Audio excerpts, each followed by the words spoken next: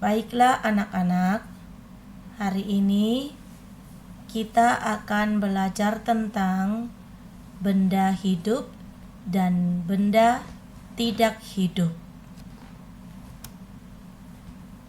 Benda tidak hidup disebut juga benda mati.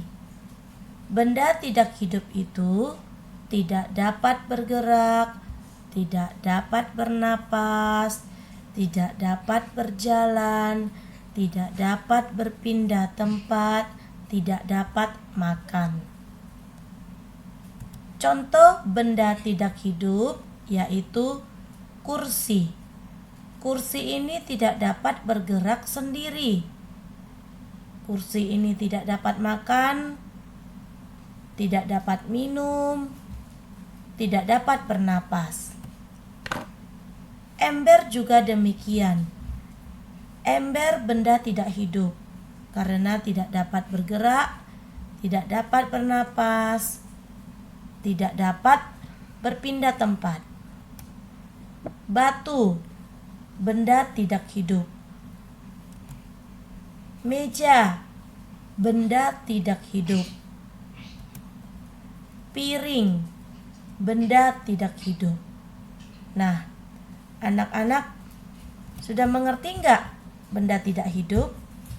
Oke, sudah mulai paham ya? Sekarang kita akan belajar tentang benda hidup. Benda hidup adalah benda yang dapat bernapas, dapat bergerak sendiri, dapat mengalami pertumbuhan.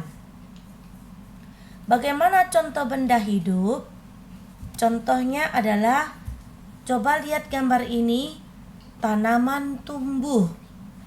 Nah, tanamannya nampak kan dari pendek menjadi meninggi tanamannya. Ini namanya benda hidup. Bunga, coba lihat bunganya. Bunganya dapat kembang sendiri. Bunga adalah benda hidup.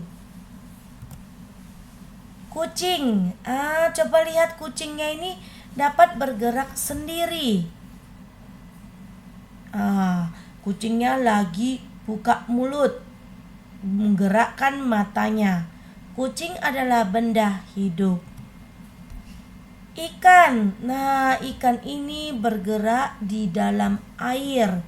Ikan ini dapat berenang sendiri, dapat juga bergerak sendiri. Ikan adalah benda hidup.